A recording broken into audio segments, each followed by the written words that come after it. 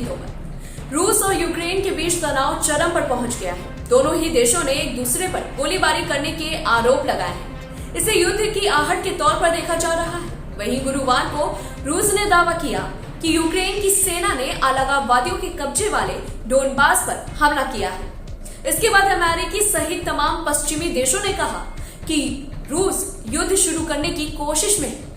आपको बता दें कि लातविया के रक्षा मंत्री और डिप्टी पीएम आर्टेज पाब्रिक्स ने एक नक्शा ट्वीट करते हुए साफ साफ लिख दिया कि रूस ने यूक्रेन पर हमला कर दिया है। गुरुवार शाम ही यूक्रेन में स्थित अमेरिकी दूतावास ने कहा कि रूस के समर्थन वाले अलगाववादियों ने डोनबास के एक स्कूल पर हमला किया है। इस इलाके पर यूक्रेन की सरकार का नियंत्रण है। ठीक इसी वक्त अमेरिका राष्ट्रपति जो बाइडेन ने कहा कि हर संकेत बता रहा है कि रूस यूक्रेन पर हमले को तैयार है। इसके लिए रूस अलगाववादियों की मदद से फॉल्स फ्लैग ऑपरेशन भी चला रहा है। अब वहीं अमेरिका को उम्मीद है कि अगर यूक्रेन पर हमला हुआ तो अमेरिका के साथ भारत खड़ा होगा। जी हां, आपको बता दें कि अमेरिका ने आशा व्यक्त की है कि यूक्रेन पर रूस का हमला करने की सूरत में भारत अमेरिका के साथ खड़ा होगा, न कि रूस का समर्थन देगा। वहीं एक तरफ जहां रूस दावा कर रहा है कि उसके कुछ सैनिक यूक्रेन की सीमा से युद्ध अभ्यास खत्म कर वापस लौट रहे हैं, तो वहीं दूसरी तरफ अमेरिका का कहना है कि रूस का ये दावा झूठा है और सैनिक कम करने के बजाय रूस ने यूक्रेन की सीमा पर 7,000 अतिरिक्त सैनिकों की तैनाती कर रखी है। आपको बता दें कि अमेरिकी विदेश मंत्रालय के प्रवक्ता नेड प्राइस ने बुधवार को कहा कि मेलबर्न में हाल ही में संपन्न क्वाड मंत्री स्तरीय बैठक के दौरान रूस और यूक्रेन पर चर्चा हुई, जिसमें ऑस्ट्रेलिया, भारत, जापान और अमेरिका के विदेश मंत्री शामिल थे। उन्होंने कहा कि बैठक में शामिल देशों के बीच मजबूत सहमति बनी कि यूक्रेन संकट के एक राजनयिक और शांतिपूर्ण समाधान की आवश्यकता है। हाल ही में रूस ने ऐलान किया कि क्रीमिया में उसका सैन्य अभ्यास खत्म हो गया है और अब रूस की सेना वहां से वापस लौट रही है। इससे पहले रूस ने सैनिकों के पहले जत्थे की वापसी का ऐलान किया था।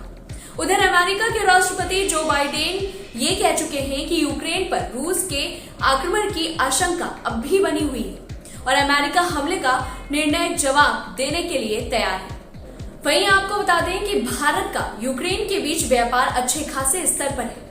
हालांकि भारत और रूस के बीच व्यापार में कुछ कमी जरूर आई है। ऐसे में दोनों देशों के बीच अगर युद्ध होता है तो भारत में इसका प्रभाव कुछ जरूरी चीजों पर महंगाई के रूप में देखने को मिल सकता है।